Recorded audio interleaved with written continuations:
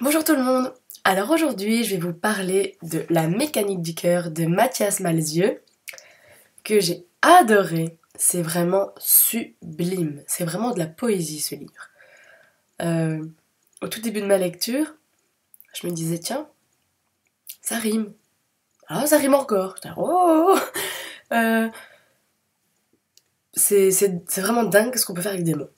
Franchement, mais chapeau à l'auteur. C'est vraiment magnifique. Alors en fait, pour l'histoire, on retrouve donc Jack, qui est né le jour le plus froid du monde, et son cœur est gelé. Donc Madeleine, une dame quoi, va lui installer une horloge pour aider son cœur à battre. Et bah, il devra faire attention avec son cœur. Il pourra pas être en colère, il pourra pas tomber amoureux. Fatalement, quand on dit ce genre de truc dans un bouquin, c'est que ça va arriver. Donc un jour, il va tomber sur la petite chanteuse. Il va être fou amoureux d'elle, il va vouloir la retrouver par tous les moyens, qu'elle l'aime aussi. Voilà, un peu en gros pour l'histoire. Bah vraiment, c'était sublime. C'était sublime. À chaque fin de chapitre, j'avais un sourire quand j'étais. Oh, c'est beau, c'est tellement bien écrit. Dingue. Alors aussi, de temps en temps, il y a des petits points d'humour. Ça qui est super mignon aussi. Ouais, avec le l'hamster au tout début, Jacques, un hamster avec un nom super original. Je ne le dirai pas, vous avez qu'à lire le livre pour le savoir. C'est vraiment super marrant. Ah ouais, sinon il y a des petits moments que j'ai adorés. À un moment, Jacques va en ville et il voit une énorme horloge. Et il demande à Madeleine, c'est papa ça?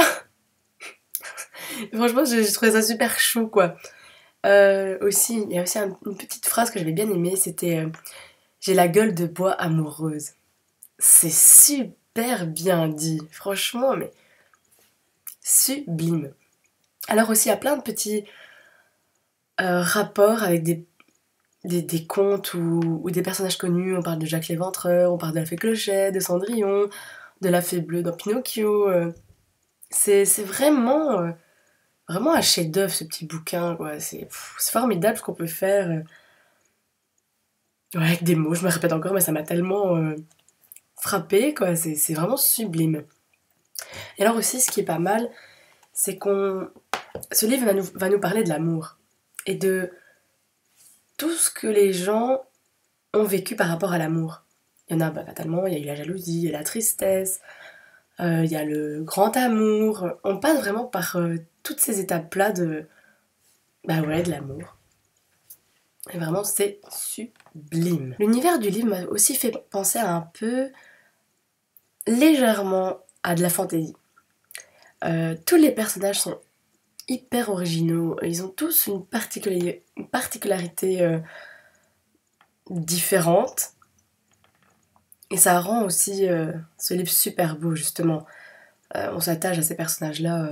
Je vais même dire, même le méchant, entre guillemets, bah, au fond, on l'aime bien parce que il a aussi son vécu, son passé. Et, non, c'est vraiment beau. Ça fait du bien. C'est détendant comme lecture. Et aussi, je devais absolument lire quand j'étais au calme parce que je devais vraiment prendre le temps de lire les mots lentement parce que c'est tellement bien écrit que voilà, on doit le dévorer lentement, posé quoi. Voilà, je pense que j'ai plus rien à dire. Bah écoutez, dites-moi si vous l'avez lu, si vous avez envie de le lire ou pas du tout. Et on se retrouve pour une prochaine vidéo. Bye bye. Allez, let's go. J'ai la crève. Mon nez il est tout rouge. Mes yeux ils font pouf. Pause.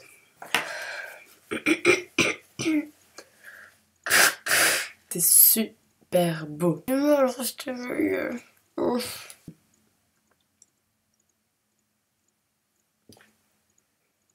C'est de la merde Manu, tu vas recommencer.